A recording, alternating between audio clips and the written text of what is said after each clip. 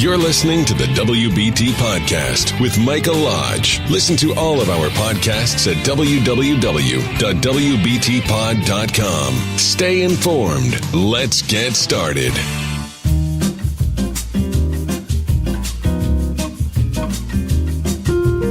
This is brought to you by Lodge & Co., a business and tax advisory firm where your success is our goal. Call us today toll-free at 888-681-1518 or visit us at www.lodge-co.com and learn more about what we can do for you. Lodge & Co., your source for sound business and tax services. Welcome to the WBT. This is Michael Lodge. I'm so glad that you've joined me. So, what have we talked about so far in starting a business?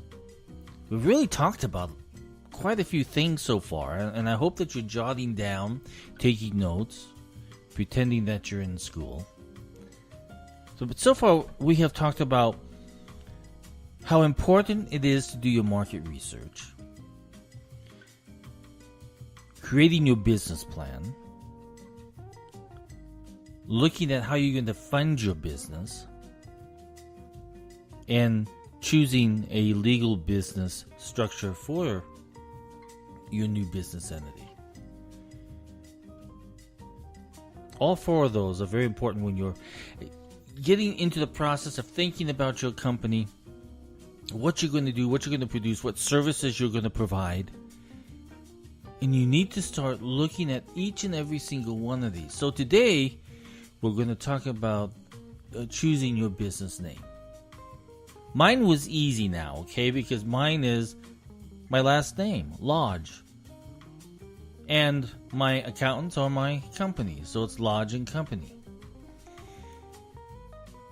And it kind of describes us because it also says that we are a business advisory and tax advisory firm. So people know who we are, and they can go to our website. They can call us on the phone. They can see that we do this podcast every single day. But we chose my name based upon me because I am the owner. Now, I've had a whole bunch of other different companies that I have had in the past and started. I had a real estate company. I've had another business, a tax firm. I've had a staffing company, healthcare staffing company. So I've had several different companies, which I've tried to mirror my company name with what I actually did, or what I was going to provide for my clients. So it's important. That business name is really important. You can find the right business name and with creativity. Be creative in your business name so that it describes what you do. Be creative. And you know, in your market research that you were doing at the very first step, should have been looking at, will the name that I would like to have, is it already out there? So once you've picked your name, you should protect it by registering it with the right agencies.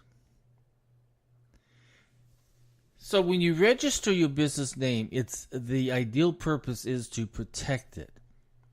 You'll want to choose a business name that reflects your brand identity and doesn't clash with the types of goods and services that you're going to offer. Once you settle on this name, this dynamic, wonderful name that's going to describe you, remember the name that you choose is the story that you're going to tell. So once you settle on the name you like, you need to protect it.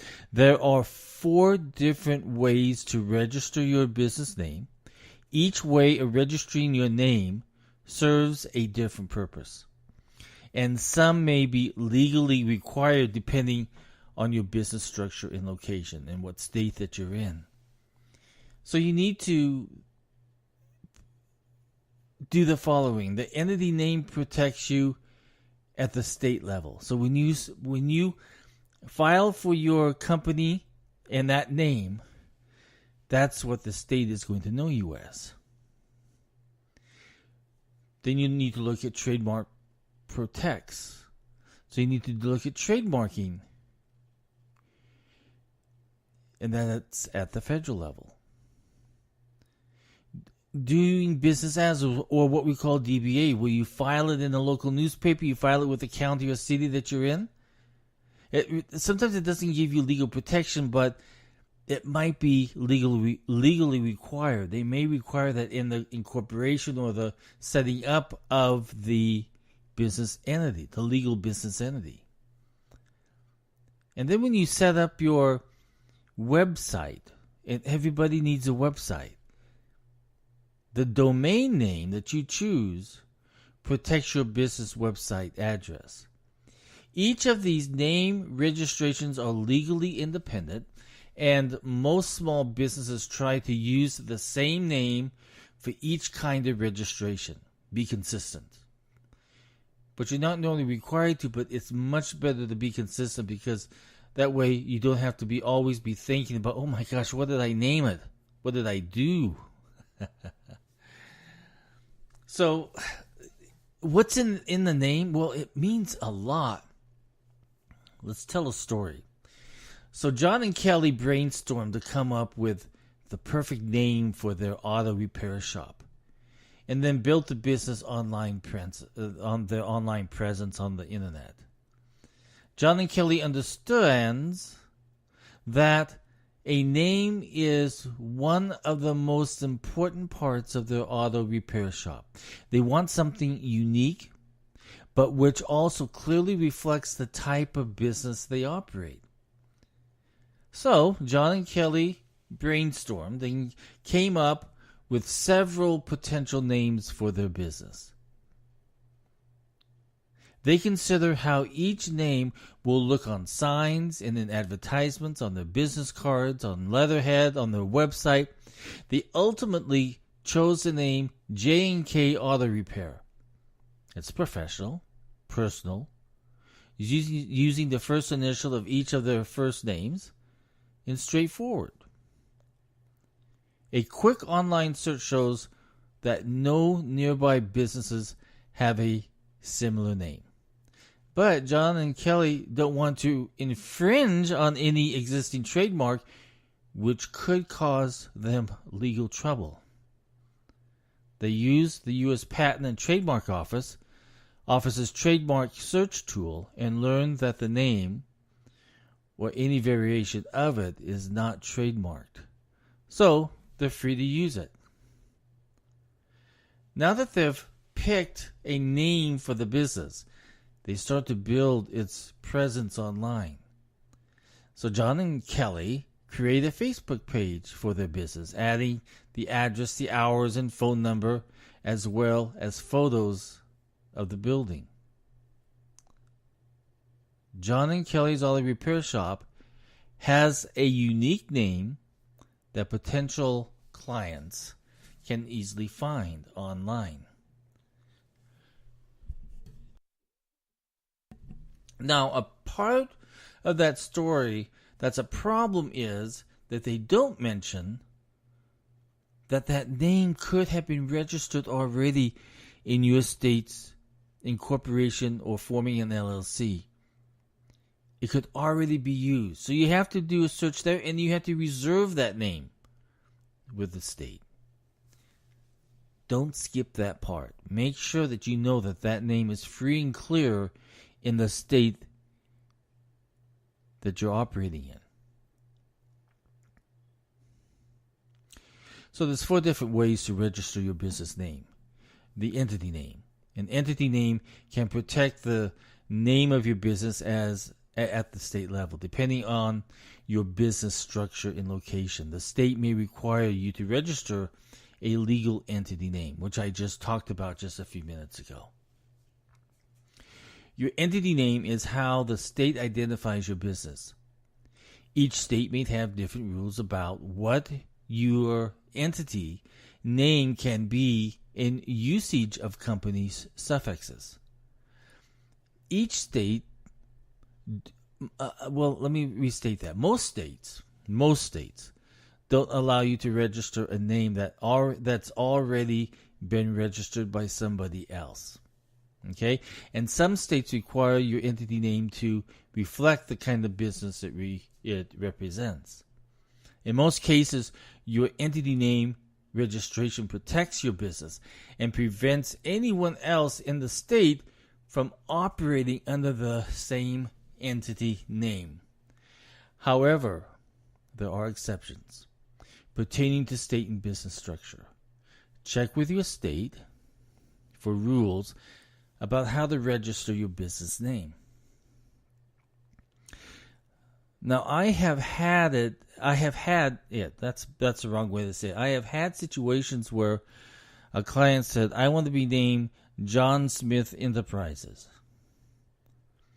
So we look into the state database and we find that there's no John Smith Enterprises, but there is a John Smith Entertainment or a John Smith something else. The state has come back to me, and especially in California, the state has come back to me and said, no, it's too close. It's too close to the other name. That's why every time that I set a new business up, I ask the new business owners, please give me 3 names, your first pick, your second pick, and your third pick.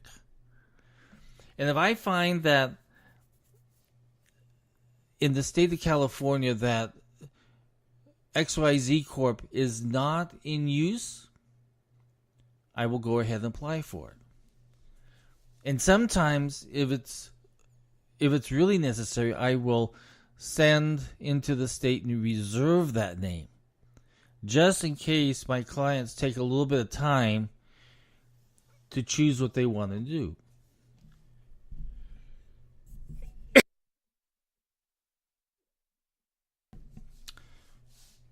I'm sorry, but I've been outside working all day, and I tell you, the pollen's been blowing around, and I am dying with my voice, and I'm having a little bit of tough time, but I want to continue this.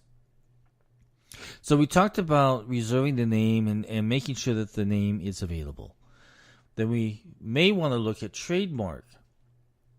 A trademark can protect the name of your business, goods, and services at a national level. Trademarks prevent others in the same or similar industry in the United States from using your trademark names. For example, if you were an electronics company and wanted to call your business Springfield Electronic Accessories, and one of your products screen cover 5,000, trademarking those names would prevent other electronic businesses or companies or similar products from using those same names. Businesses in every state are subject to trademark infringement lawsuits, which can be very costly. Once you get into court, the only people that make the money are the attorneys. If you've used somebody else's name in the wrong way, that's a trademark infringement, and it is really expensive to defend that. That's why you should check your prospective business, the product and service names against the official trademark database maintained by the United States Patent and Trademark Office. I tell you, that name can get you into a lot of trouble. So you have to be very careful. DBA, or doing business as name. You might need to register your DBA, also known as a trade name, fictitious name, or assumed name, with the state, county, or city your business is located in. Registering your DBA name doesn't provide legal protection by itself, but most states require you to register your DBA if you use one. Some businesses structures require you to use a DBA. You have to check with your local state and local municipalities to check to see if you need to do a DBA. Almost everybody requires that. And all it does is you need to fill out a form, have it notarized with the county or city, with whoever requires it. And then you have to publish in the newspaper. Excuse me. You have to publish in the newspaper several weeks. Excuse me. You have to publish in the newspaper several weeks that name so that anybody can come and say, hey, listen, I'm already using that name. that protects you considerably, and that's doing a DBA. So think about that just a little bit, because it has to be done, and it's a little bit time consuming, and because you have to wait for that 2 or 3 week period that some municipalities and states require that you post that in a public newspaper or magazine. Now, a lot of you, they'll probably are getting used to the subject of domain names. Domain names are like, okay, my domain name for my firm is lodge-co.com. No one else can use that domain name once I register it. So if you want an online presence for your business, you have to start by registering the domain name also, and you do that with the service provider that you're going to use to host your website. That's going to be your website address, or also known as your URL. Once you register your domain name, no one can use it for as long as you continue to own it. It's a good way to protect your brand presence online. If someone else had already registered the domain name you want to use, that's okay. Your domain name doesn't actually need to be the same as your legal business name, trademark, or DBA. For example, Springfield Electronic Accessories could register the domain name as techbuddyspringfield.com if they wanted to have a different name. But I always try to get my domain names as close as I possibly can to what my business name is, or my client's business name is. You'll register your domain name through a registrar service. Consult a directory of accredited registrars, but normally it's done through your host name. When you sign up for that website and you want to start developing your website, they will usually sell you that domain name. Okay?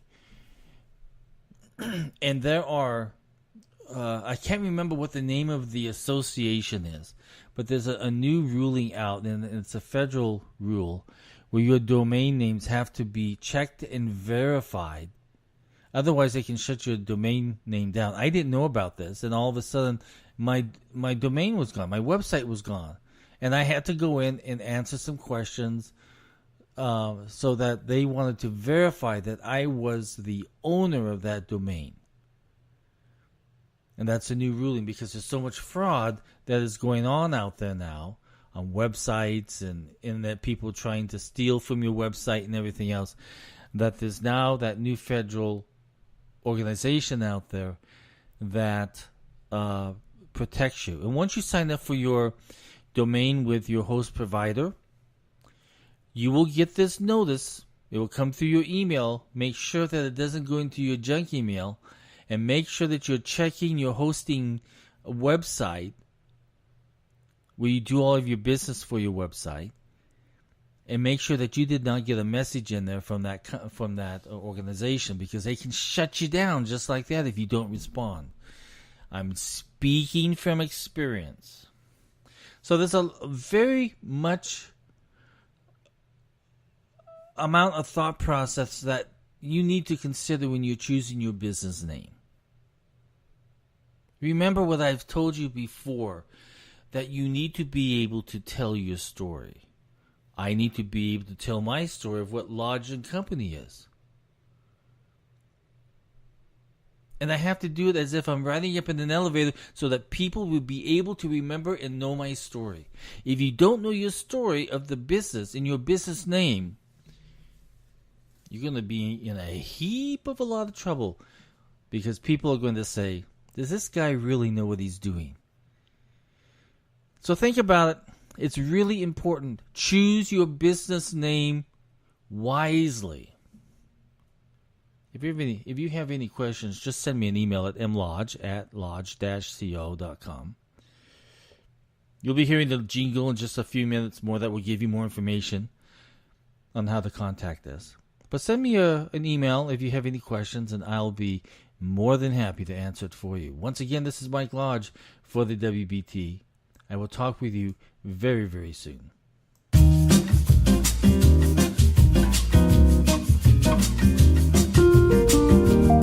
This is brought to you by Lodge & Co., a business and tax advisory firm where your success is our goal. Call us today toll-free at 888-681-1518 or visit us at www.lodge-co.com and learn more about what we can do for you. Lodge & Co., your source for sound business and tax services. Thank you for listening to the WBT with Michael Lodge. Join us again tomorrow as we explore more about business and taxes. Follow us on iHeartRadio and go to our podcast website at www.wbtpod.com and listen to all of our podcasts and read our blogs.